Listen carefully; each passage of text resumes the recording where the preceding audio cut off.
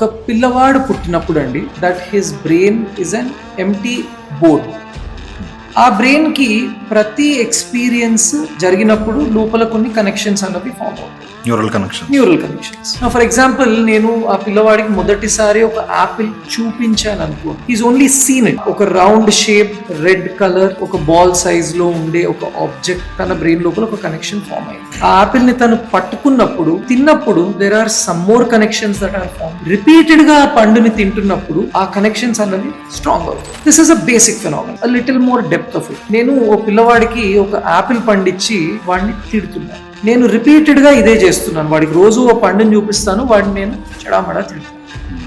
Now what happens after a while is, ఆ Apple ని చూస్తే ఒక ఫియర్ అన్నది రావచ్చు. ఆ యాపిల్ లాగా కనిపించే ఒక బాల్ ని, ఒక టెన్నిస్ బాల్ ని చూసినా ఫియర్ రావచ్చు. This is the whole mechanism.